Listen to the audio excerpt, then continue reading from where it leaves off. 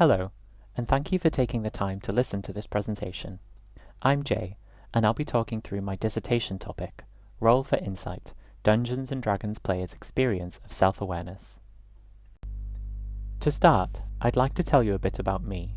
From a young age, I have been enamored with fantasy, whimsy, and storytelling. As a child, I loved writing poems and making art, and as I grew up, films like Lord of the Rings, shows like Game of Thrones, the original D&D cartoon, and games like Oblivion and Skyrim all shaped how I interact with the genre. Then I discovered D&D. I found something that would allow me to be closer to the characters and the stories than ever before, and I was excited. I started playing D&D in 2018 with a group called the Natural One Appreciation Society. From then, I started to reflect on my experiences of playing. I realized it helped me maintain social connection during lockdown. It became a reflective space. I was able to explore aspects of my own identity and experiment with how I wanted to be in the world, and I could look through the eyes of another and imagine what it would be like to see into their world. Then I started having conversations about these experiences. I found that others were having similar ones. When it came time to choosing my dissertation topic, a group was already thinking about looking into Dungeons & Dragons in some way, and the rest is history. In a nutshell, we decided to ask, what kinds of experiences are D&D players having? So, why are we talking about self-awareness? In therapy, it has been described as a tool and a goal. This means it is something we can use within the therapeutic context, and it is something to work towards through therapy. It can take many different forms, but often involves reflecting with the counselor or therapist. Research on the topic tends to focus on the self-awareness of the therapist. It has been described as a critical component of effective counseling. It's important for a counselor to be able to reflect on what is happening between them and a client, and to be able to understand what the client is saying. In general, it may be a component of psychological well-being, and it has been described as part of the management of mental health. Sutton describes self-reflection as something that is comprised of insight, reflection, rumination, and mindfulness. Self-awareness and its components are present in the counseling room for the counselor and the client, and it is present in our day-to-day lives. It emerges as a tool that we use and a goal that we work towards. And why are we talking about D&D? Role-playing in general can offer insight, one of the components of self-awareness. Additionally, when we think of self-awareness as a goal, therapeutic role-play may increase our self-awareness. In a clinical context, tabletop role-playing games, or TTRPGs, have been described as a facilitator for the 5 stages of mental recovery. The evidence of the benefits of role-play and TTRPGs is beginning to become established, and research on the topic is valuable to professionals and their clients. Since D&D is arguably the most popular TTRPG, and the benefits in clinical and therapeutic context is beginning to become clear, it makes sense to look at the experiences of players out in the wild to try and understand whether or not TTRPGs like D&D can support players to use self-awareness as a tool and work towards it as a goal. A quick note on ethics. The study was approved by Bangor University's Ethics Committee, and no ethical concerns were identified. So, what did we actually do?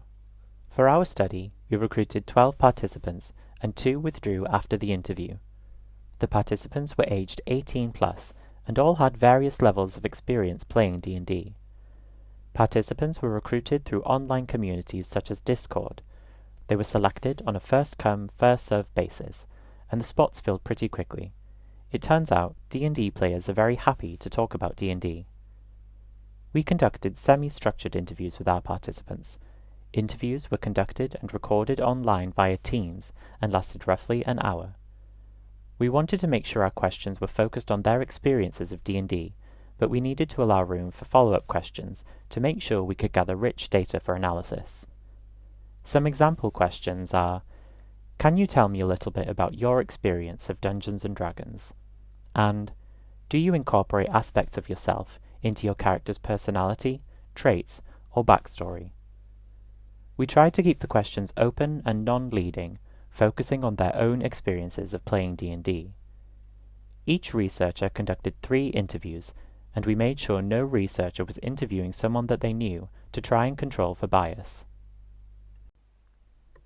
Once the interviews were completed, the auto-transcription produced by teams during recordings were read and edited by the researchers, and then sent to the participants to approve.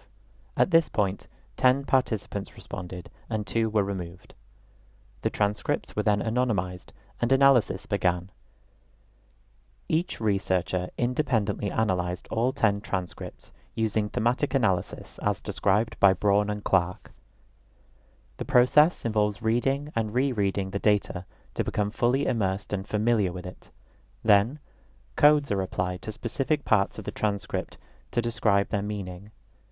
After this, initial themes are conceptualized using the codes and quotes. From there, the initial themes are refined into final themes where they are verified with other members of the research team to make sure they are accurate. Following the analysis, each researcher wrote an individual paper with a slightly different interpretation of the data gathered during the interview stage. Moving on now to the results. Here is what I found in the data. After familiarization and coding, I realized all of the participants were reflecting specifically on their experiences as they related to their character or to other people's characters. From this, I identified 2 main themes: the character as an extension of the player, and the character as a separate other. Within Theme 1, there are 3 subthemes: bleed, projection, and identification. Within Theme 2, there are 2 subthemes: contrast and discoveries. I gathered quotes that captured the essence of the themes and presented them to another member of the research team who agreed that they were present. Bleed, the first subtheme of Theme 1, emerges as an unintentional process. It may be an inherent part of play, and it appears throughout the game, seemingly increasing the longer a game runs. In simple terms, it is the blurring of boundaries between a player and their character. Some example quotes that capture this subtheme are, "Characters never fixed, as I play them, especially when I play them for several years in some cases, the line does start to blur." This participant is describing the gradual nature of bleed, and they are specifically naming that blur between boundaries. Another participant said, "My character got very angry at another player character. The person who was playing that character kind of broke off, and I wasn't entirely certain whether they was in character or out of character. It transpired that they had some sort of sensitivity around arguments and conflicts." This participant is describing a specific moment of bleed, where a player is not able to maintain the boundaries between themselves and their character, causing what might be described as a character break. This highlights the distinction between character and player, and what can happen when the distinction is less clear. Projection is the second subtheme of Theme 1. It is found in the data as an intentional act done by players where they incorporate their own traits and characteristics into their character. This is done either when they create the character or further down the line. It serves as a facilitative feature, but may also be undesirable in some examples. The first quote that captures the subtheme is, "It's quite easy to fall into the trap of putting in my own traits, and even if I don't originally intend for them to have traits of myself, feel like I end up bringing that into them anyway." The participant here is describing a sort of inevitability of projection, that they cannot help but put their own traits into their character. Another participant said, "I think it's very difficult to relate to a character if you don't have some kind of hook with them." The participant is describing the facilitative nature of projection. The hook might be why projection is unavoidable for some. And finally, a participant noted, "Personally, I am gay, so I like to make most of my characters gay just to match that." The third quote really sums up the process. "I am this, so my character will be too. We will be similar." Identification is the third subtheme of Theme 1, and unlike bleed and projection, it appears as a consequence of the process rather than a part of the process itself. It happens when players recognize something about themselves in their character.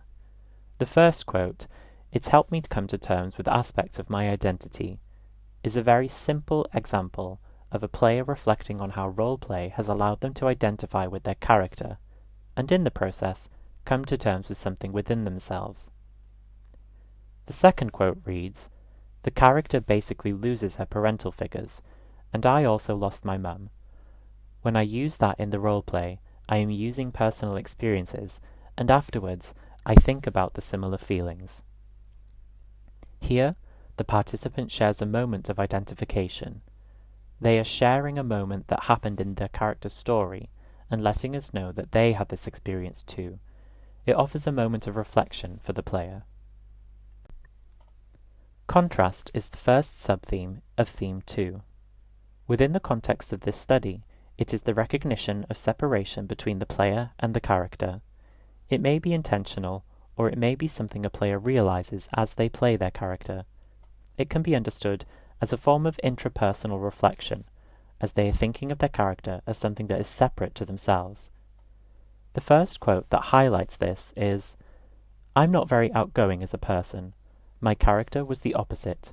It was kind of an exercise in maybe imagining what it would be like to be somebody like that." Here, the player names the difference and also describes it as a purposeful feature that has allowed them to engage in perspective taking. The second quote, "I have characters from a few different backgrounds, and just seeing what that might be like," shows the planned nature of contrast. The player is deliberately selecting characters from different backgrounds and described an intention to engage in perspective taking. The third quote reads, "I also have that removal because, to me, it is crucial to be able to play the character and not feel self-conscious or too real." Here, we see contrast as a facilitative feature of roleplay. The player is describing the differentiation as something that allows them to engage with the character and avoid unwanted feelings during roleplay. Discoveries is the second subtheme of Theme 2. Like identification, it is a consequence of the process, rather than part of the process itself. It is a moment, perhaps a light bulb moment, where something comes into the player's awareness as a direct result of observing the differences between themselves and their characters. Participants also describe having discoveries throughout play as though they were unexpected, as though they were learning something about another person. One participant said, "As I make every decision with them, they become more fleshed out. They become more whole, and they become more than the thing that is just written down." Here, they are describing the changing nature of their character, and how they discovered this through roleplay. It gives the character a sort of autonomy that usually belongs to another person. The second quote is, "If I could figure out, what did this character do to better themselves, or why did they, choose to do something else, anything like that, then I feel like it's easier to apply to my own life." Here, the player is moving towards applying discoveries to their life in a wider context. The discovery has not necessarily happened yet, but they are aware it may happen and can imagine the benefits. Again, this suggests that the player is encountering another person who will reveal information as the two interact. So what sense can we make of this data? First of all, it seems that participants engaged in both interpersonal and intrapersonal reflection. Intrapersonal reflection focuses on the individual and is found mainly in Theme 1, whilst interpersonal reflection is outward reflection between a person and other people they encounter. This is mainly described in Theme 2. What is clear is that the reflections are focused on the character and explore things like personality, values, and experiences, and can generate insight or self-knowledge through identification and/or discoveries. This is facilitated by the three subthemes: bleed, the unintentional act of blurring boundaries identified through reflection; projection, the intentional inclusion of a player's characteristics within their character; and contrast, the observation of differences between the player and the character. When we look at the process as a whole, it seems players move between being their character and observing their character. From this, a dynamic process emerges that includes identifying with and distancing from the character. It is an interconnected process, and each player may switch between the two fluidly. Each player described a non-clinical setting where they experienced reflection, identity exploration, and meaning-making, all centered around their relationships with their character or characters. This means D&D might support self-awareness as a tool and a goal without the need for a formal intervention, without a structured approach, and for populations not specifically in mental health recovery. So, perhaps we should all play D&D. Maybe we should talk about it, and talk about our experiences of playing. Talk to our clients who play D&D about their experiences and what the process was like for them. Of course, as with any study, there are limitations that should be considered when interpreting the data. Firstly, the small sample size makes it impossible to generalize the findings. We interviewed 12 participants, 10 of which were included in the final analysis. It's not possible to say how much these experiences are shared by others. Additionally, the participants we recruited described positive experiences. They all enjoy and continue to enjoy D&D. This leaves room for bias, so it's not possible to know from this study whether participants who do not enjoy D&D will have similar experiences. Finally, there is the potential for researcher bias. Each researcher has experience of playing D&D, and I have already described the benefits I have perceived whilst playing. Whilst researcher reflexivity was encouraged, and themes were verified to try and control for bias, the results may not have been the same if conducted by researchers who do not enjoy D&D. So what next?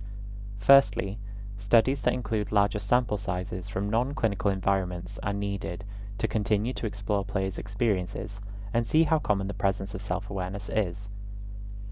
Secondly, studies exploring the negative or neutral experiences of playing D&D should be conducted to see if there are any risks or harm associated with playing, and to see if self-awareness is present when players do not enjoy D&D.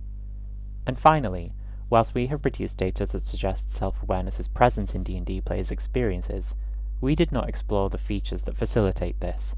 Future studies could explore this to determine which aspects of playing D&D support players' self-awareness. Thank you for listening to my presentation. If I could leave you with one takeaway message, it would be to go and try D&D for yourself. I'll show the references used for this presentation. Feel free to pause the video to read, and thanks again for listening.